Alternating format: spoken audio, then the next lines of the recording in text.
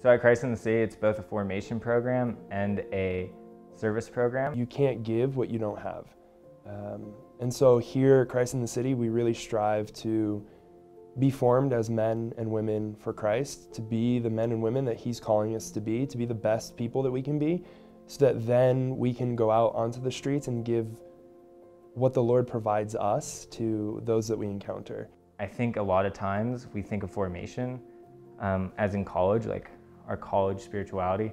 We learn a lot of like principles and ideals, but we often are left not knowing how to live those out in our daily lives. But I think at Christ in the City, our formation is, here are the ideals, here is following Christ, now let's do it. The streets aren't the only training ground for being able to see deeper into people, for being able to see Christ in other people. It takes place perhaps even first and foremost in the community. So you have these people who have their own difficulties as well, and you're living with them, and you're sharing these things in common. You begin to realize that you experience loneliness, you experience brokenness, and you're looking for love as well. So here in the house, it's a school of love. We're really giving and we're receiving love, we're building each other up, we're challenging each other, we're helping each other grow. Part of our formation is human, part of it is spiritual, part of it is intellectual, part of it's apostolic. Intellectually, we have classes from the Augustine Institute and the University of Mary, just to learn our faith better, so that we can better communicate it, and also so that we can believe it better ourselves.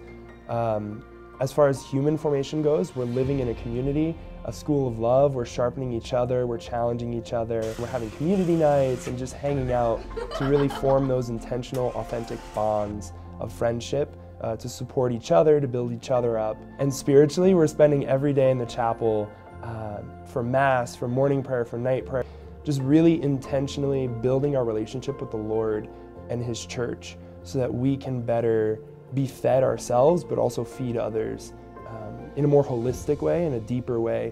We are a formation program, and we want to welcome missionaries to be formed to be lifelong missionaries, not to just have a mission here, end their time, and go on to the next thing as if this was a parenthesis in their life, but to have a sense that I must do apostolate, I must be on mission wherever I go, and to carry that with them forever. This whole culture that we are living and breathing is one that's hostile to communion. It's hostile to community. The missionaries sense this, and part of the mission that they begin to experience is in this call to evangelize, in this call to be lifelong missionaries from here, is to make communion available to everybody, to transform the culture from this individualistic, self-seeking, dog-eat-dog approach to reality to trusting others, to encountering others, to believing in the other, to loving the other, for, let's say, betting on the other that this encounter, that this moment, that this friendship is worth living for. You don't just see how this person appears, you don't see how they smell, you don't see even just the stuff they've done in their past, you see something deeper, you see the image and likeness of Christ. And when you begin to adopt that kind of vision of people, you can see it in everybody. And you realize just how many people are lonely and longing for that vision, longing for people to see it in them, in themselves.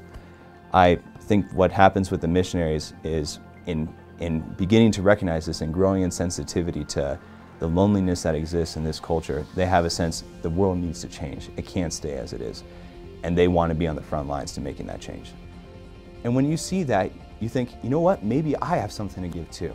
Maybe there's something I can share. Maybe my sufferings aren't so crippling either. Maybe my brokenness doesn't disqualify me from mission.